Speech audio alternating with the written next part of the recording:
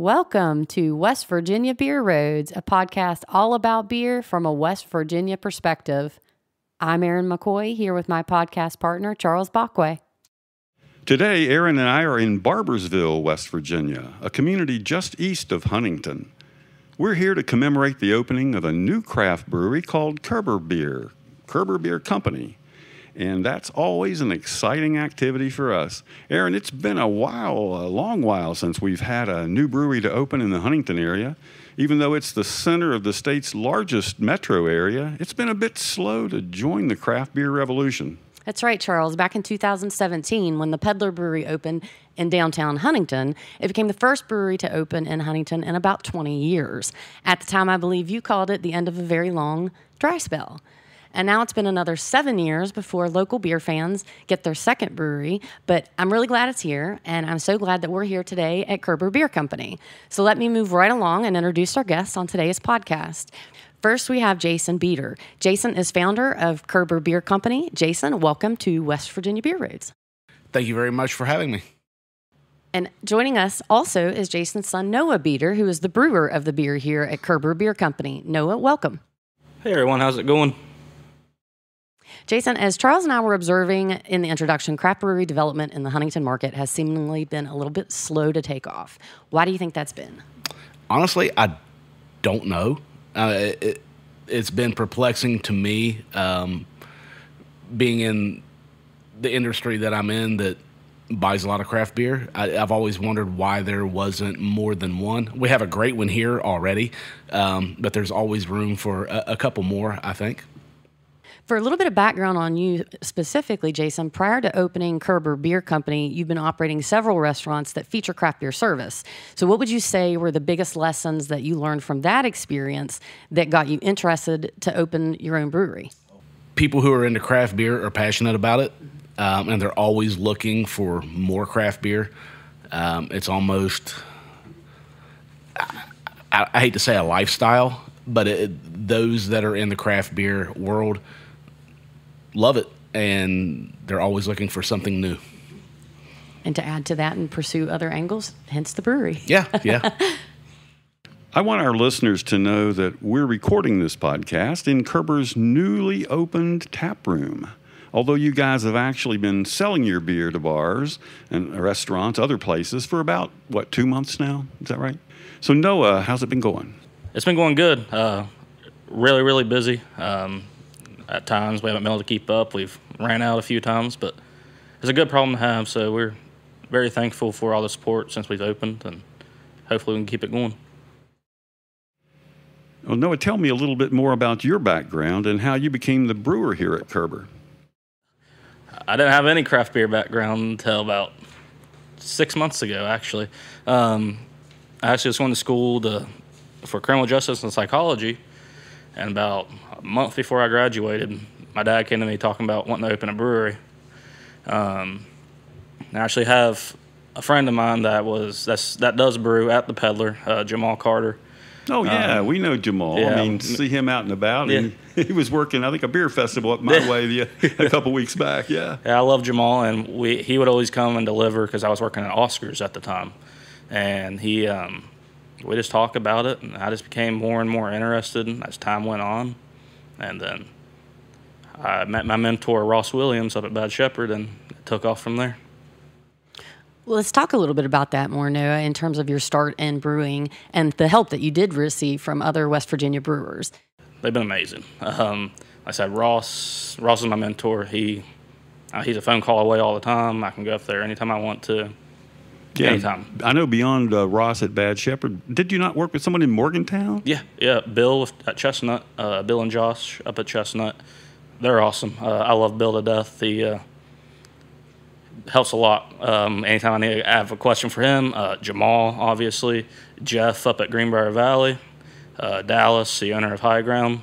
They've all been that's fantastic. amazing. We always say that the brewing community is a very tight community, certainly in a small state like West Virginia. And, yeah, they're not as much hard competitors as they are seeing themselves as an industry that they're willing to share their ideas, their time. I mean, they train brewers for what could be competitors. I mean, it's been a wonderful atmosphere through the years, and it's good to see that and hear that you've had that experience, that wonderful experience too. They've been fantastic. We haven't had a negative experience.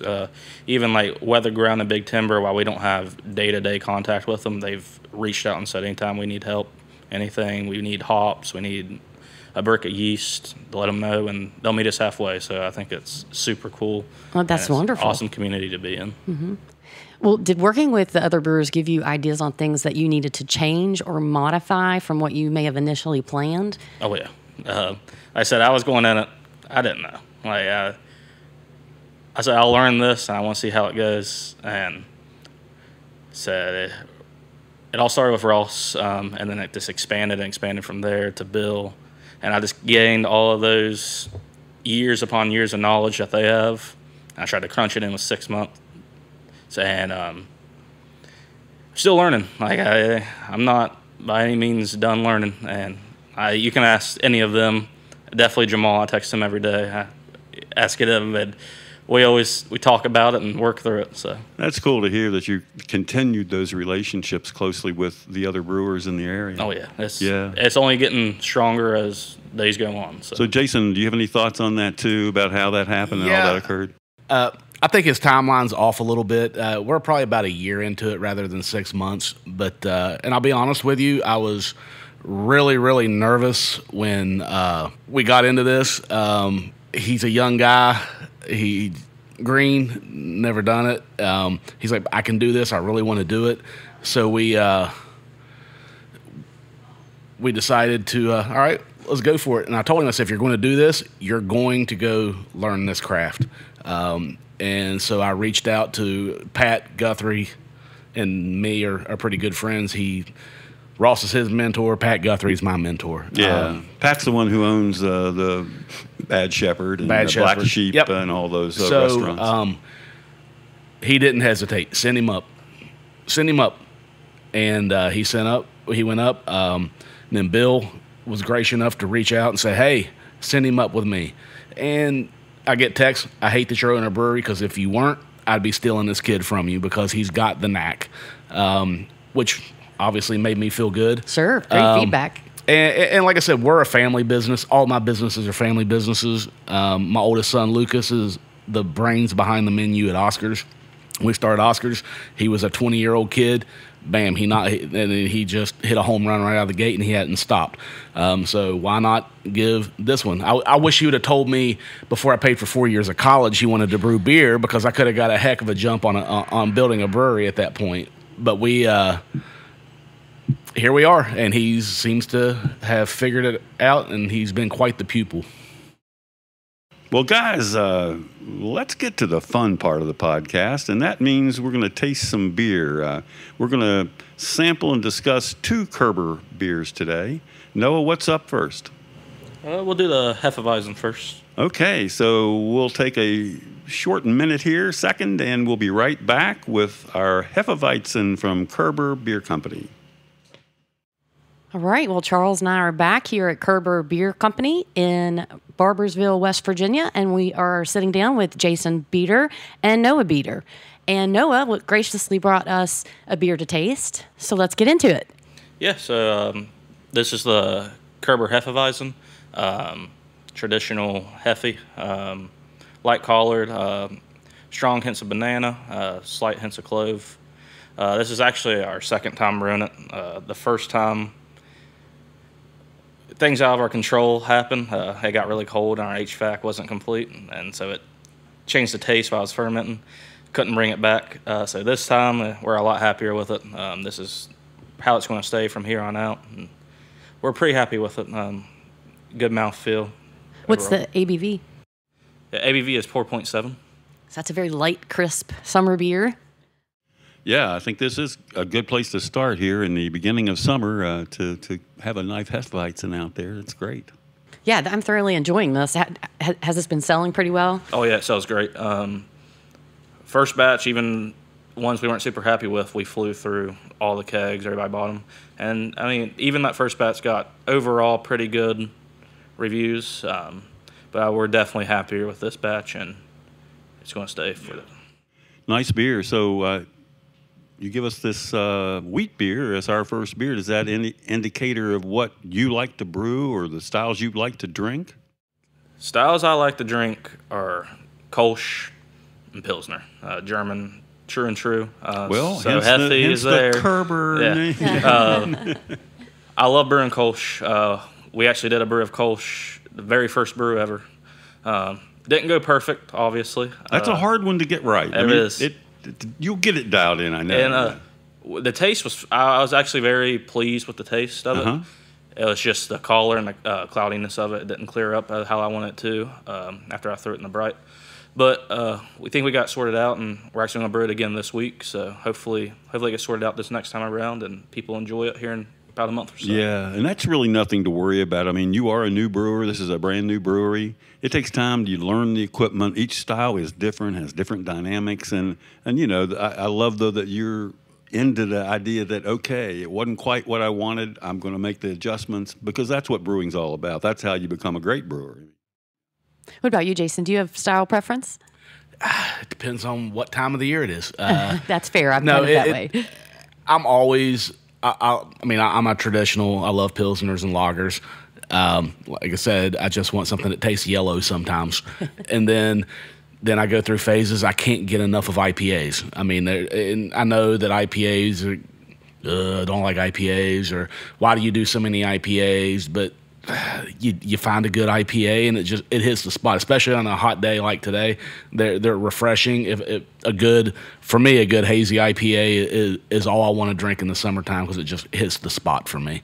Yeah, and in West Virginia, we're not leading the curve of craft beer in America. And I think maybe in some bigger markets that have 100 breweries in them or something, people are kind of, okay, they're maybe over the peak of IPAs. But in West Virginia, I still talk to our brewers. Everybody wants IPAs. I mean, it still seems to be strong, certainly here in the Charleston, Huntington market. Yeah, I agree. And like I said, I'm a Pilsner or lager guy through and through. And I love the German style. So ultimately, that's kind of the pocket I think we'll end up filling in as we expand the brewery and get more tanks, and we can afford to lock up tanks for 5-6 weeks at a time. We'll fall more into that traditional German style of doing Pilsners and lagers and Kolsches and things like that. But we're still going to hit everything. Yeah, I'm looking forward to those days. Yeah, I know that's, as most people know, if you're around small breweries that don't have a lot of tank space, it's tough to do a lot of lagers because of the time they have to remain in the tank. I mean, many, many weeks more than a regular ale. So, yeah, it's good to hear that's in your plans. I'll be down here again when that happens, yeah. So, you guys, at least Jason, you run restaurants here in Barbersville and Huntington area, and you're involved with various kinds of restaurants. Talk a little bit about them, because I think your beer is going to be at all of your restaurants. Yeah, so this all started, we wouldn't be sitting here having this conversation without our first restaurant, Oscar's Breakfast, Burgers, and Brews. That's the restaurant that I opened partly based on my love of craft beer. Well, it has a lot of taps, I know. Yeah, so we have 30 beers on tap over there. 100% of those 30 taps are dedicated to independent craft breweries. Super. Yeah, Super. We've always been, I mean, you can get your domestics or whatever in a bottle or whatever, but we reserve our taps for independent craft breweries. And I always like, too, that when I'm in there, I see a lot of West Virginia. Yeah, the West Virginia breweries have been good to us, so we always like to stock them all. I mean, if you're a West Virginia brewery, you're always welcome at any of our locations. That carried over into our second venture, which was 1861 Public House. We've got 20 beers on tap there. Again, 100% of those taps are dedicated to craft beer. Independent craft beer. Obviously, you'll find a little different variations there. We'll put some more imports on at 1861 than you'll find over at Oscar's. But nothing like our good friend downtown at Summit. But we do try to keep a few imports on. We'll do the Chimay and the the gaffles and those Sure. like that. But Yeah. overall, we reserve it again, and we feature West Virginia craft beers. And then obviously we're now one of those West Virginia craft beers. Yeah, the menus you mentioned, I know you have it with the variety that you have at Oscar's. You certainly could easily pair menu items with the beers, but mention a little bit about the style of menus at both Oscar's and Sure. 1861. So Oscar's, obviously the name, breakfast, burgers, and brews. Breakfast is a huge part of our business. We serve it all day. You don't really think about beer when you're pairing it with breakfast, but we get a lot of people that come in at 8 o'clock in the morning when we open. That's their evening. So they'll come in and they'll grab a burger and a beer, but sometimes they'll grab an omelet and a beer. Burgers, we have, obviously, that's our sweet spot. We got 20 craft burgers on our menu, and there's always a beer to pair with it. I mean, you have we got burgers that have spices on it, so you pair a good beer with that, or a dark beer with like a burger that has a bourbon glaze on it, and things like that. So we do our best to curate our menu with items that will go well with our other items. And you do the same at the pizza? Yeah, so at What 1861, we do small little personal pizzas there. This place started out as a bar, and it turned out people liked our food. So Well, I that's guess good. technically, Yeah. I guess we may be a restaurant at this point. We introduced wings, and everybody absolutely loves our wings as well. Well, you have good pizza there. I've actually been there. I know, Aaron, I wouldn't say you're a regular, but you've been there more than once. haven't you? Yes, I Yeah. have. So, and again, we're conscious of the beer we put on over there. We want to make sure that something that's going to appeal to a variety of people. I can't just put what I want to drink on all the time because I Right, probably right. wouldn't sell very much beer. But I don't know. At the end of the day, we're just all about supporting the craft community. Yeah. So supporting the craft community means maybe there's other bars and restaurants that you don't own or operate or have no interest in, but they sell beer. Do they want your beer? Are you able to sell? Absolutely. You're just getting started, but I mean, talk about your thoughts on that. The demand has been more than we anticipated. We have called very few accounts and pushed our product on them. Most of our businesses from them contacting us. Obviously, Bonhoff and Black Sheep, Pat's like, yeah, I'll take. He orders every time a list goes out. Christopher's right down the road here. As soon as we had it ready, they're in Barbersville with us. As soon as we were ready, they want it. Guyan Country Club, they're actually a great customer of ours. They keep our beer on tap all the time, and now they have it on multiple taps since they opened the pool. So they have taps at their pool. Right. Yeah. So.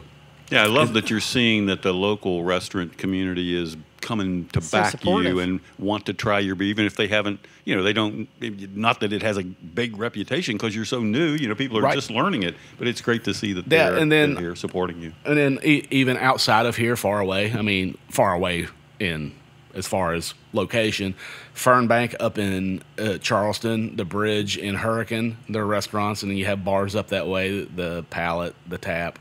They have it, and we're not in right now, I'm sure. It's probably long gone, but we were in the Chestnut Beer Hall up in Morgantown. Oh, wow. Oh, yeah. Yeah. Yeah, I'll tell you what. We've got a lot of good beer outlets around the state.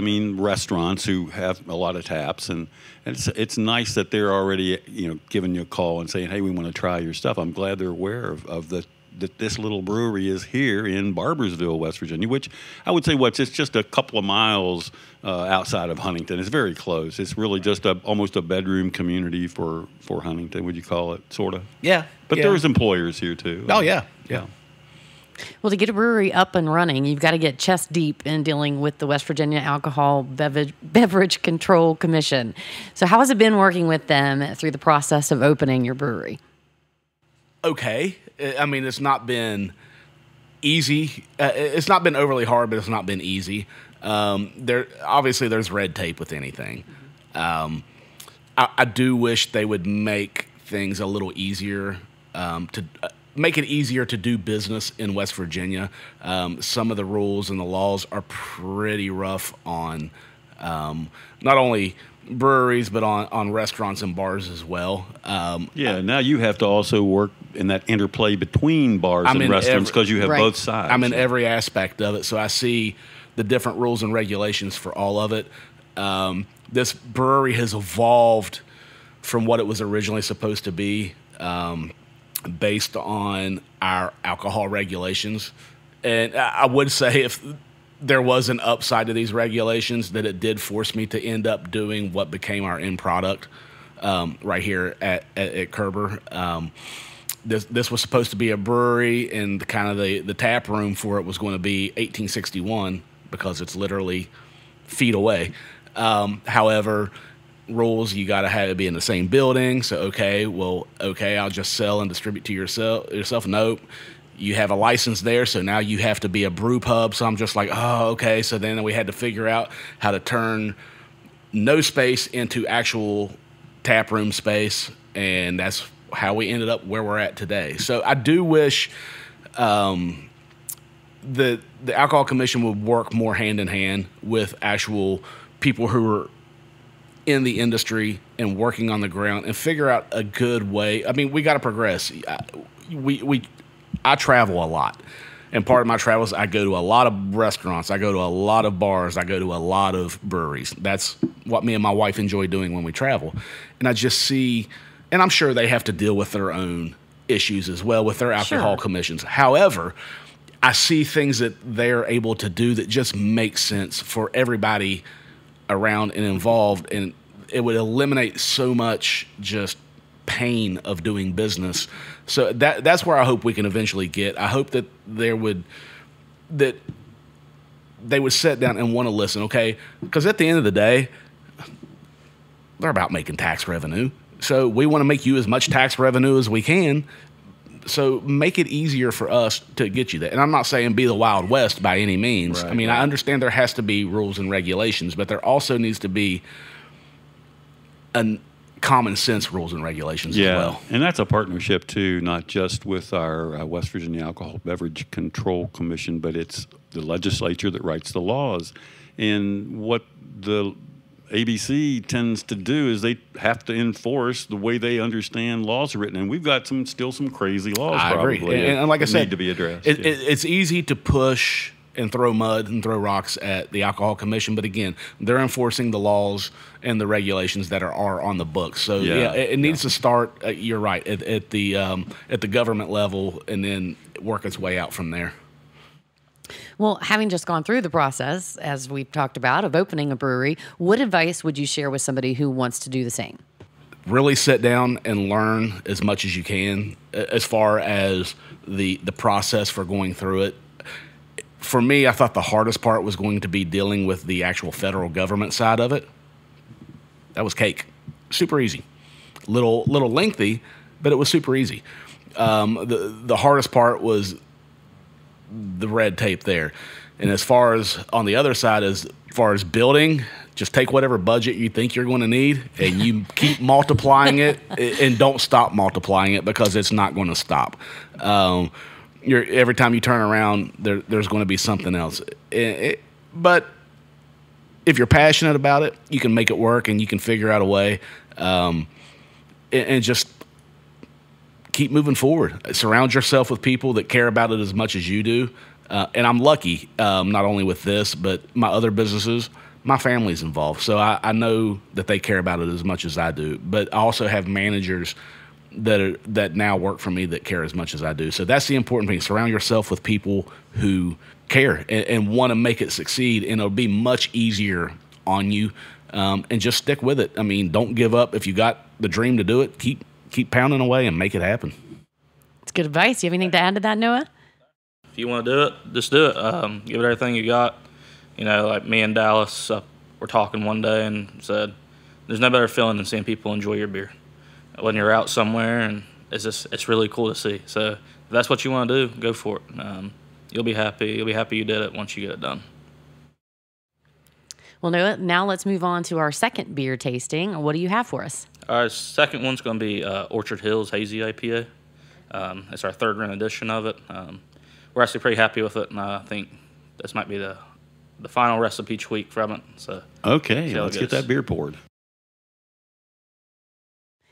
So here we are with our second beer tasting, and Noah brought us Orchard Hills. It's a hazy IPA. Let's talk about that. Hazy IPA, 6.3%. Generously dry hopped. I dry hopped with Strata, Citra, and Galaxy. Really want to have a citrus tone to it. Strong. I don't want it to be very bitter though. Not very many bittering hops were used at all. For namesake, there actually used to be a 9-hole golf course right here in the village. It closed down a long time ago, I think. I never played on it personally, but Yeah, you did. no, I did, I guess. But yeah, so it's actually my favorite brewery outside of West Virginia is Equilibrium up in New York. I think they make world-class beer. Known for big IPAs. Known for big IPAs. So this is kind of what I was modeling it after. I was trying to get as close to one of their beers as I could. And like I said, this is our third batch of it, and I'm pretty happy with it. Overall, I don't think there's going to be any more tweaks. I think this is here to stay now. And it gets no fresher than this. It's no fresher. We kegged it yesterday. So, Jason, I think you had a little bit to add about this. Maybe this recipe not ending up the way that it should, or something. Yeah, Noah probably didn't want you to bring that up, but this was his first bad brew day, I guess. Is that what you want to call it? Yeah, it was a rough day. He struggled with this one, and we saved it. I mean, he saved it, but it about did him in. I thought I was going to be looking for a new brewer after that day. But he stuck with it, and he tweaked it. He figured out exactly what his issue was, and the next time it was flawless, and this time I think it turned out phenomenal. Yeah, I think this does show what you do when you stick to it. You get through that like maybe third batch, and that you figured it out, and it's great. Yeah, It is great. It's got great flavor. It is exactly what you would expect in a hazy. So you definitely did figure it out. thank you. I Kudos. appreciate it. Well, Noah, I want to talk a little bit, and Jason too. I think start with Noah on the brewing equipment that you have. I mean, just quickly go through the way your brewery is set up. Yeah, so it's just a basic brew house, hot liquor tank, mash tun, boil kettle. We actually have this cool little manifold to the side of it. We're not automated at all. Valves everywhere you go. But this manifold kind of keeps all those valves in one place. And the size, go through the sizes that you have. 3.5 barrel. How many fermenters? We have 4 fermenters and 1 bright tank at the moment. However, those fermenters are uni-tanks, so I utilize those uni-tanks. Again, big shout out to Dallas for making me comfortable with kegging out of the uni-tanks and Sure. dumping out of the uni-tanks and everything like that. Jason, you want to add anything to where you're headed with this? I know you're going to be maybe adding a little more. Yeah, I modeled to get back kind of like the setup. I did a lot of research, and again, what better way to research than going to breweries? So I modeled kind of our setup after a brewery up in Columbus, Ohio, called Holy Trinity. They small little brew house, and I knew based on my space, I needed a fairly small brew house. I wanted a small brew house, to be honest with you. I didn't want to come out the gate 10, 15 barrel. I can't. That's not what I was wanting to do. So I found this little brewery called Holy Trinity, and he had a Blickman 3.5 barrel system, and we just I went in there one time, saw it, and then I went back again, and I caught the owner brewer there one day, and this guy, I mean, I'm telling you, he had 20 beers on tap. I'm like, how in the heck do you get this much beer out of this? And he's like, I brew a lot of beer. I brew a lot of hours, a lot of days. I said, okay. I mean, I didn't want to go that crazy, and he was gracious. Oh, come on back. Took me back, showed me what he did and all that. And I said, okay. So obviously I went down the road with researching Blickman, and they were great to work with. I would call them and just ask them in my mind, dumb questions for somebody who had no idea what he was doing at the time. And they were just super patient, super helpful. They would answer obviously they're trying to sell me their equipment, but they made me feel like I could ask them anything. Yeah. So unfortunately, later on was pretty bummed out. I went back to Columbus around, it was in the wintertime, late fall, early winter, and unfortunately the owner up there at Holy Trinity passed away. Oh no. Yeah, like right before we got there, and it was kind of rough. But if I have to give a shout out to anybody that kind of let us down, who we modeled our equipment after, it would be Holy Trinity in Columbus. That said, I said I didn't want to come out of the gate big, but now we realize, Oscar's is a machine. It sells a lot of beer. A lot of beer. So even with all those taps, I mean, they're selling a lot of Köerber beer. Yeah. So the keeping up with just Oscars, and then you add our tap room, and you add 1861, and you add the Giovanni's in Huntington, and all of this into there, and then anybody else that wants our beer, we're like, it may be time to kind of think about at least doubling our capacity. So from here on out, I'm only going to buy 7-barrel fermenters, and we'll just double batch it. So you hear that, folks. Anybody thinking of a brewery, here's a brewery that started out small, but after a couple of months, they knew they need to be about twice as big as they are. But that's good. That's a good problem to have, guys. Yeah, and I'll sit here right now and say, hey, I don't want to really go bigger than that. 3 years from now, you may, hey, we're talking to Jason putting his 15-barrel system in or whatever. But where I sit right now, I'm comfortable, and I think I don't want to kill Noah either. So we're going to kind of go the 7-barrel route. He successfully did a double batch last week, and it was flawless. No issues, everything timed out perfect. So that's kind of what set in our head. All right, from here on out, we'll just buy 5 7-barrel tanks and roll with that for the next few years and see what happens. And let's talk for a minute then. We've been tasting the IPA. We've been tasting the Hefeweizen. What other beers have been good for you so far? I mean, ones that you brewed that you think you'll brew again, probably. We brew Guyan Golden Ale almost weekly. So what's that again? Guyan Golden Ale. Oh, Golden Ale. Got it. Yeah. Sorry. We brew that. That's what I brewed the most of. It sells like wildfire. Williamsburg Colony, New England IPA, does really well. Village Idiot American IPA. Everything I brewed, we've repeated so far. So, do you notice different beer style preferences at different restaurants and/or with different customers, or is it just kind of overall the same? Obviously, Guyan Country Club buys a lot of Guyan Golden Ale. So when I heard a little skewed. when I heard that name, I wondered if it was a beer with them in mind. But Guyan, we're on the Guyan.river. Yeah, exactly. But no.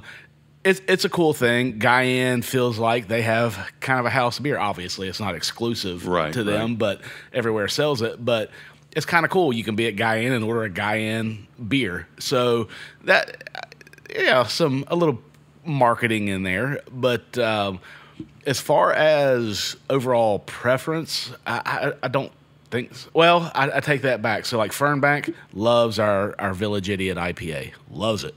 He said, you brew that, you call me once a week, I'll buy it once a week. So, but overall, I think they're just eager to get us across the board. I mean, and sour, we've only done one sour, and obviously sours, whether you like them or not, people want them. And so that one's always in demand. We're getting ready to brew it again. But yeah, I haven't really noticed a pattern, except for that, well, maybe we just brewed a Mexican lager, the Mr. Whiskers Mexican lager. So it is we can't keep up with that one. So it's. Oh, I've got to ask about that name. That's got to be a pet or something. So this past October, we went on vacation in Mexico, and we were at in Cancun, and then we went over to Isla Majera. And everywhere we went, it's like everybody's like, "Hey, Mr. Whiskers!" Like everybody's trying to like, "Hey, Mr. Whiskers!" They kept calling me, "Hey, Mr. Whiskers!" Oh my goodness! People have to look at the photos we'll have on our article. Yeah. So, but everywhere, that pet but comment. everywhere we went, the locals the locals gave me the nickname Mr. Whiskers. Oh, that's cool. Yeah. So even we'd be at the pool. Hey, what can I get you, Mr. Whiskers? Oh, that's or, nice. Hey, Mr. Whiskers, you need a beard trim or whatever. You need a haircut, and so that just became. I was like, oh my gosh. So when we do a Mexican lager, it's got to be Mr. Whiskers. Fitting. And even funnier, get a little bit sidetracked. We were on this little island, Isla Majero, in the Gulf of Mexico, and we got recognized at a brewery. Oh, wow. So that was like even stranger. But so I was like, we have to do a Mexican lager and call it Mr. Whiskers. That's very fitting. But the beer actually is phenomenal. So. Oh, good. Looking forward to that one then.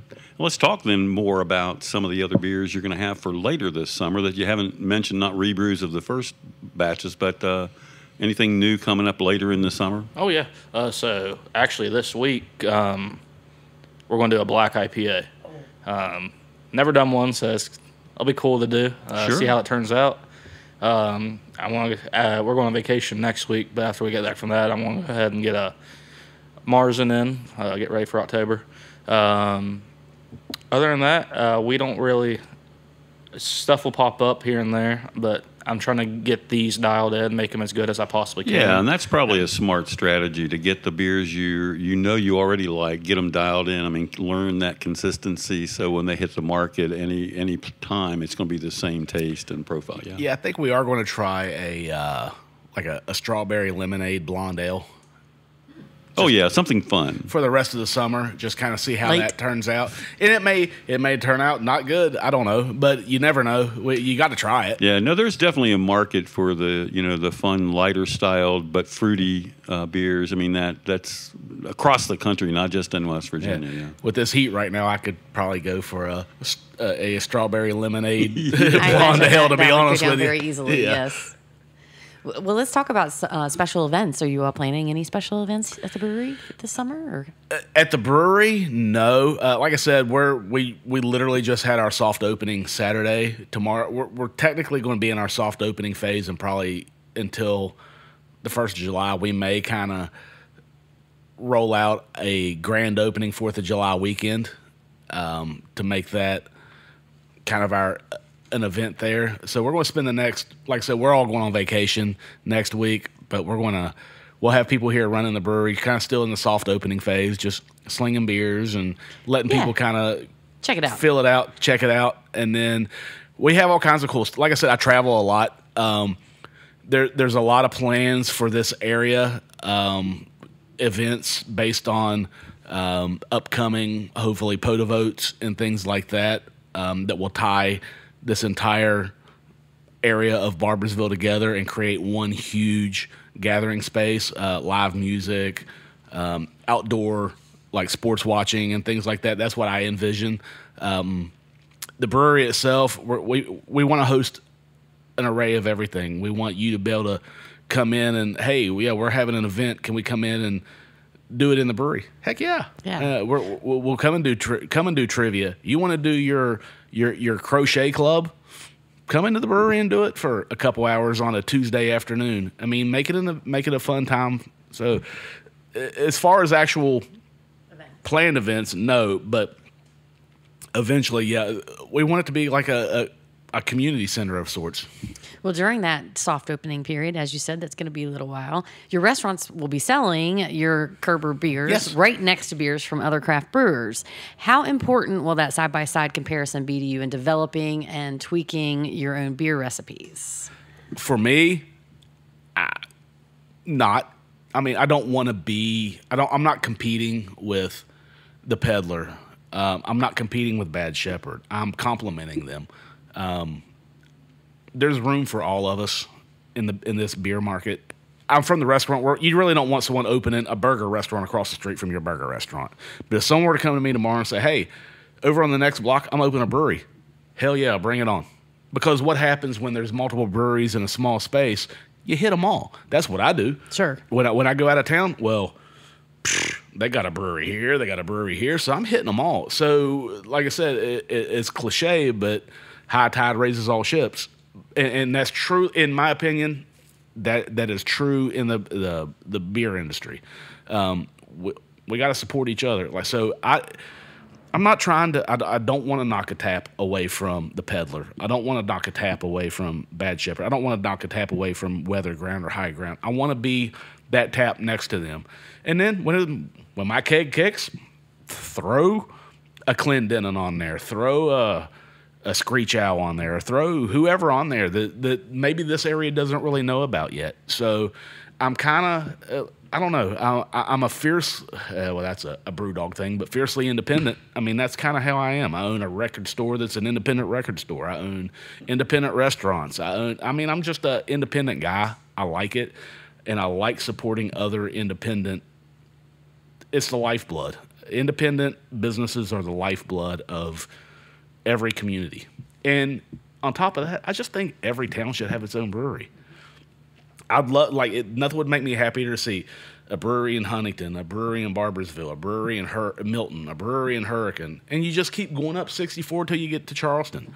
And that'd be one hell of a run. I mean, that'd be funner. If someone had a bus, they could load up that bus and make a cool day out of that. So, I mean, that's where my headspace is at. I don't want to compete with another West Virginia brewery. I want to complement them. You have anything to add to that, Noah? Yeah, I do, but it's not out of competition. It's directly out of learning. Mm-hmm. Like, I look up to these guys. Like, they've been doing it forever, and they're really good at it.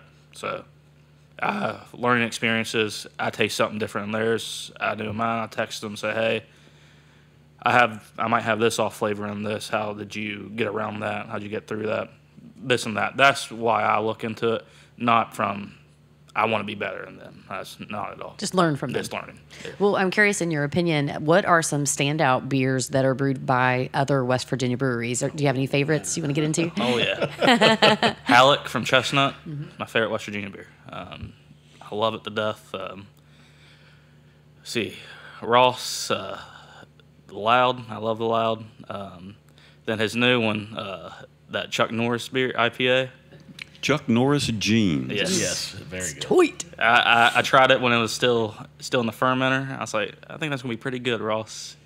And I've tried it since it's finished, and it's really good. Then the Golden Stout from High Ground. The Big Lebowski reference. Oh, what was that? Market One. Is that it? Market Zero. Market Zero. Market Zero. Market Zero. Absolutely phenomenal. That's my winter beer. That's what I drink all winter. And the Woodsman from High Ground as well. Well, you've got some varied choices there. What about you, Jason? You want to add to that? If I don't say the Loud, I'll probably be disowned. But the Loud is just an easy go-to. Halleck as well is an easy go-to. If I don't say the one-time brewed Lick the Beater from High Ground that was brewed in honor of the Oscars 5-year anniversary. But no, there are... Short Story, in my opinion, is on another level when it comes to IPAs. They make phenomenal IPAs. Yeah, especially, I guess, it's the hazy style of IPAs. Their IPAs, I love it that they have a tap room in Charleston that I can easily get to at this point. The best beer, in my opinion, to ever come out of the state of West Virginia was the batch of Bad Shepherd Bear Fight that came out it was during COVID. I still have a bottle in my fridge that I probably should open and drink, but I just can't. I tingle when I think about it. So, but and that was wasn't it a big stout? 10%. Yeah, which was 10% or higher. And I can't remember. It's just and again, you got to commit to that one. I mean, that's like you're going to stay home and probably by the fireplace. Beautiful beer. Jay at Peddler just makes so many good beers, and they're just solid. I mean, I don't know. I mean, there's so many good beers in this state. Haggard. Holy crap. How can I forget about Haggard? Weather Ground Haggard. Unfortunately, I've not had my good friend Samantha's beers up at Fox Hops yet, so I plan to change that soon.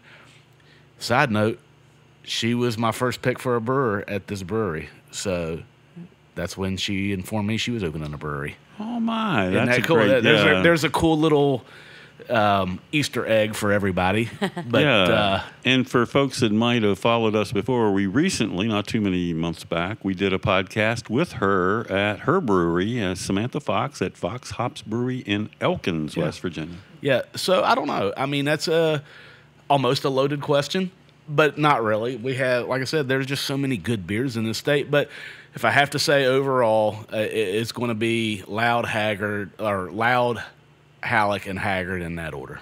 Well, before we wrap up this podcast today, I'd like for you, Jason, to summarize a few operational goals of the business for for our listeners. How you want to fit into this market in West Virginia. How you want to fit in with the West Virginia craft brewing community. What you'd like to be known for when it comes to things like beer styles, pricing, specializations. Take it. Yeah, well, obviously, like I said, I touched on earlier. I just want to compliment. I want to add to what's already an amazing craft beer scene. I want to compliment everybody equally. I want to get our beer in front of a lot of people, but I'm more focused on. I mean, I have personally, just me personally, I have a handful of places I can get the beer out locally to already. I want to get my beer out to more people in the Charleston area, in the Beckley area. I want to get it out to people in the Morgantown area, other parts of the state that don't necessarily get to try craft beer from this area too often. I want to get us over to them. Price wise, I want to be. I don't want to price myself out of business. We try to keep all of our beer pretty affordable. Obviously, at the end of the day, I'm not here to break even.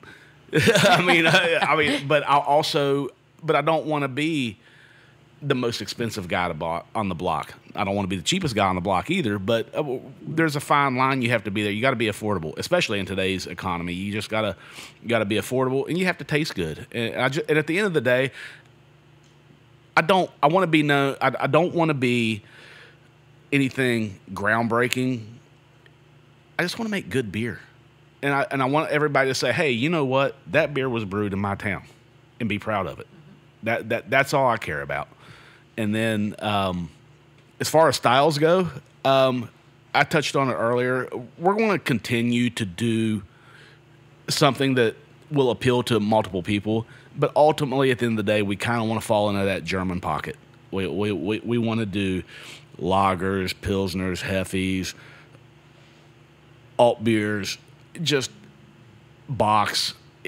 Get into that world.